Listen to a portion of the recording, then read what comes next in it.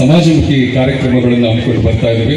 ರಾಷ್ಟ್ರೀಯ ಜಯಂತಿಗಳು, ರಾಷ್ಟ್ರ ನಾಯಕರ ಜಯಂತಿಗಳು, ಕನ್ನಡ ನಾಡು ನುಡಿ ಹಬ್ಬಗಳು ಹಾಗೂ ಸಮಾಜ ಸೇವಕರು ಸಾಧಕರನ್ನು ನುಡಿ ವಿಶ್ವಕ್ಕೆ ಒಂದು ಸಂದೇಶವನ್ನು ಕೊಟ್ಟಂಥ ಮಾತೆ ತಿಮ್ಮಕ್ಕರವರಿಗೆ ನಾವು ಜೋರಾದ ಚಪ್ಪಾಳಿಯೊಂದಿಗೆ ಅವರಿಗೆ ಸ್ವತಂಬರಿ ಬ್ರಹ್ಮ ಅಂತಲೇ ಖ್ಯಾತರಾದಂಥ ಕನ್ನಡ ಸಾಹಿತ್ಯ ಲೋಕಕ್ಕೆ ತಮ್ಮದೇ ಆದ ಅಪೂರ್ವವಾದ ಕೊಡುಗೆಯಿಂದ ಅಪೂರ್ವವಾದ ಕಾದಂಬರಿಗಳನ್ನು ನೀಡಿ ಹೋದಂತೆ ಎಸ್.ಎಲ್. ಭೈರಪ್ಪರವರು ಕೂಡ ಇತ್ತೀಚೆಗೆ ತೀರ್ಕೊಂಡು ಅವರಿಬ್ಬರ ಸವಿ ನೆನಪಿನಲ್ಲಿ ಇವತ್ತು ವೇದಿಕೆ ಕಾರ್ಯಕ್ರಮ ಪ್ರಾರಂಭ ಮಾಡ್ತಾ ಇದ್ದೇವೆ. ಈ ಇಡೀ ಕಾರ್ಯಕ್ರಮನ ಅವರಿಬ್ಬರ ಪಾದಗಳಿಗೆ ಸಮರ್ಪಣೆ ಮಾಡ್ತಾ ಇದ್ದೇವೆ.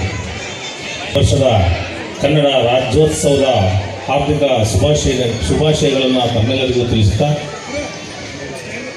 ಈ ಒಂದು ಕಾರ್ಯಕ್ರಮಕ್ಕೆ ಗೌರವಾನ್ವಿತ ನ್ಯಾಯಮೂರ್ತಿ ಸನ್ಮಾನ್ಯ ಶ್ರೀ ವೀರಪ್ಪ ಸಾಹೇಬರು, ಉಪ ಲೋಕಾಯುಕ್ತ ಕರ್ನಾಟಕ ಉದ್ಯಮಿಗಳು ಮತ್ತು ಇಲ್ಲಿ ಮಾಜಿ ಅಧ್ಯಕ್ಷರು ಅವರಿಗೂ ಸಹ ಸ್ವಾಗತವನ್ನು ಬಯಸ್ತಾ, ನಮ್ಮ ಡಾಕ್ಟರ್ ವೆಂಕಟೇಶ್ ಮೂರ್ತಿಯವರು ಅವರು ನೋಡಿದರೆ ನಿಮಗೆ ಗೊತ್ತಾಗುತ್ತೆ, ಒಂದು ಕಾಲೇಜಿನಲ್ಲಿ ಪ್ರಾಂಶುಪಾಲರಾಗಿ ನಿವೃತ್ತಿ ಆಗ್ತಾರೆ, BS ಕಾಲೇಜಿನ ಪ್ರಾಂಶುಪಾಲರಾಗಿ ಅವರು ಮಾಜಿ ಅಧ್ಯಕ್ಷರು, ಅವರಿಗೂ ಸಹ ಸ್ವಾಗತವನ್ನು ಬಯಸ್ತೇನೆ. ಅಂದ ತಕ್ಷಣ ನಮಗೆ ಮೊದಲ ಭಾಷೆ ಕನ್ನಡ ಭಾಷೆ, ನಮ್ಮ ಸ್ಕೂಲ್ಗಳಲ್ಲೆಲ್ಲ ಕನ್ನಡ ಭಾಷೆ. ಕನ್ನಡಿಗರು ಅಂದರೆ ಯಾರೇ ಬರಲಿ ತಾಯಿ ಹೃದಯ ಕನ್ನಡಿಗರದು.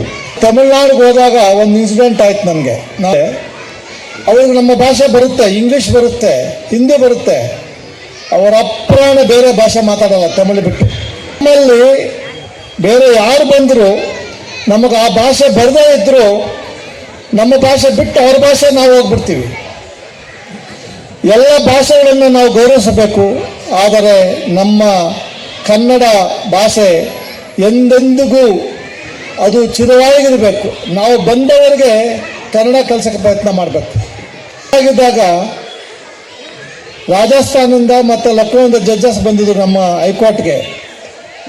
ನಾನು ಅವರಿಗೆ ಹಿಂದಿ ಕಲಿಯೋಕ್ಕೆ ಪ್ರಾರಂಭ ಮಾಡ್ತೀನಿ. ನನಗೆ ಹಿಂದಿ ಬರ್ತಾಯಿತ್ತು.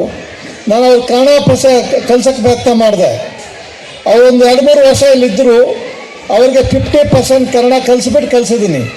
ಇವತ್ತು ಫೋನ್ ಮಾಡಿದ್ರೆ ಅವರು, ಚೆನ್ನಾಗಿದ್ದೀರಾ ಸರ್, ತಿಂಡಿ ಏನು ಸರ್, ಊಟ ಏನು ಸರ್ ಅಂತಾರೆ.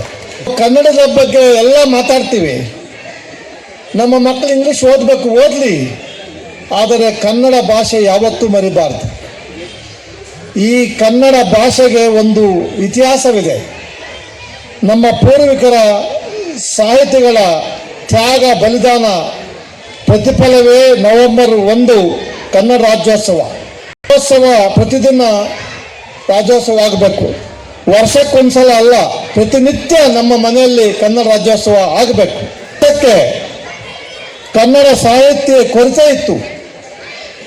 ಗಣನಾಥ ಅವರಂತಹ ಸಾಹಿತಿಗಳು ಕನ್ನಡ ಬೆಳೆಸಲು ಕನ್ನಡ ಸಾಹಿತ್ಯವನ್ನು ತನ್ನ ತಲೆಯ ಮೇಲೆ ಹೊತ್ತು ಮನೆ ಮನೆಗೆ ಹೋಗಿ ಕೊಡುತ್ತಿದ್ದರು.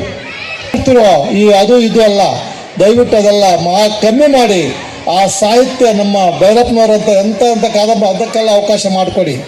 ನಮ್ಮ ಕನ್ನಡ ಬೆಳಗಬೇಕಾದ್ರೆ ವರ್ಷಕ್ಕೆ ಒಂದ್ಸಲ ಈ ಥರ ಫಂಕ್ಷನ್ ಮಾಡಿಬಿಟ್ಟು ನಾವೆಲ್ಲ ಕೂತ್ಕೊಂಡು ಮಾಡಿದ್ರೆ ಆಗೋದಿಲ್ಲ.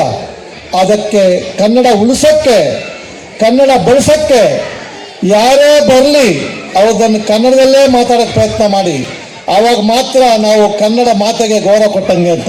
1950ರಲ್ಲಿ ಭಾರತ ಗಣರಾಜ್ಯವಾದ ನಂತರ ವಿವಿಧ ಪ್ರಾಂತ್ಯಗಳ ಭಾಷೆಗಳ ಆಧಾರದ ಮೇಲೆ ರಾಜ್ಯಗಳಾಗಿ ರೂಪುಗೊಂಡವು.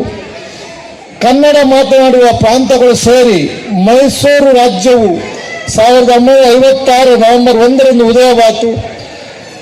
ಆದರೆ ಉತ್ತರ ಕರ್ನಾಟಕದ ಜನರ ತರ್ಕ ಮಾನ್ಯತೆಗಾಗಿ ನಮ್ಮ ರಾಜ್ಯದ ಹೆಸರು ನವೆಂಬರ್ 1, 1973ರಂದು ಕರ್ನಾಟಕ ಎಂದು ಆಗಿನ ಮುಖ್ಯಮಂತ್ರಿಯವರಾದ ದಿವಂಗತ ಶ್ರೀ ದೇವರಾಜ ಅವರಿಂದ ನಾಮಕರಣವಾಯಿತು. ಇವತ್ತೇ ಮಾಡ್ತಾ ಇದ್ದೀವಿ ಬರಬೇಕು ಅಂತ. ಇವತ್ತು 5 ಕಾರ್ಯಕ್ರಮ ಇರೋದ್ರಿಂದ ಇಲ್ಲಪ್ಪ ನಾನು ನಮ್ಮ ಊರು ಬಿಟ್ಟು ಬೇರೆ ಕಡೆ ಹೋಗಲ್ಲ ಅಂತ ತಪ್ಪಿಸ್ಕೊಂಡ್ಬಿಟ್ಟೆ. ನಾನು ಇಲ್ಲೇ ಆಂಧ್ರ ಪ್ರದೇಶದಲ್ಲಿ ನಾನು ಕನ್ನಡ ರಾಜ್ಯೋತ್ಸವ ಬಾವುಟ ಹಚ್ಚಬೇಕಾಗಿತ್ತು. ರಾಣಿ ನಮ್ಮ ಕನ್ನಡ, ಹಳೆಯ ಭಾಷೆ ಕನ್ನಡ 3ನೇ ಸ್ಥಾನ ಸಿಕ್ಕಿದೆ. ಕನ್ನಡ ನಾಡು ಗೋಡಂಬಿ ಅಂತಿದೆ. ಕನ್ನಡ ಭಾಷೆ ಶಾಸ್ತ್ರೀಯ ಸ್ಥಾನಮಾನ ಪಡೆದಿದೆ. 2020 ಸೆನ್ಸಸ್ ಪ್ರಕಾರ ಪ್ರಪಂಚದಲ್ಲಿ ಸುಮಾರು 56 ಬಿಲಿಯನ್ ಕನ್ನಡ ಮಾತನಾಡುವ ಜನರಿದ್ದಾರೆ.